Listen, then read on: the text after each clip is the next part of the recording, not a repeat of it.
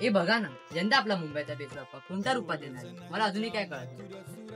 माझ्या मावशीचंच म्हणणं आहे की यंदा मूर्ती एकदमच भारी असणार आहे. पण खरं सांगू, मला अजूनही पालखीवालाच बाप्पा आठवतो.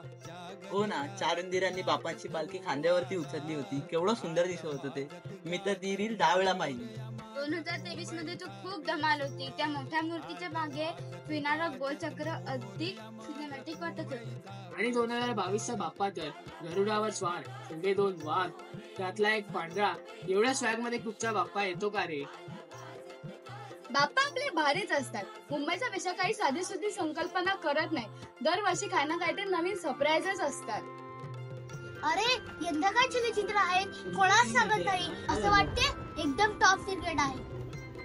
तरी पण काहीतरी हिंट असेलच ना. तुला काय माहितीये का?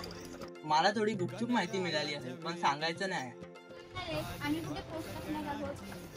पण ऐका, यंदा बाप्पा एकटे नाही येत आहेत, त्यांच्या पूर्ण परिवार सोबत येत आहे. म्हणजे गौरी आई, शंकर बाबा आणि कार्तिकीय सगळेच. वाव, म्हणजे या वर्षी फक्त मूर्ती नाही तर खूप काय पाहायला मिळेल. हो, आणि तोच तर मुंबईचा पेशवा. दरवर्षी काहीतरी भन्नाट आणि यंदा त्या फॅमिली स्पेशल.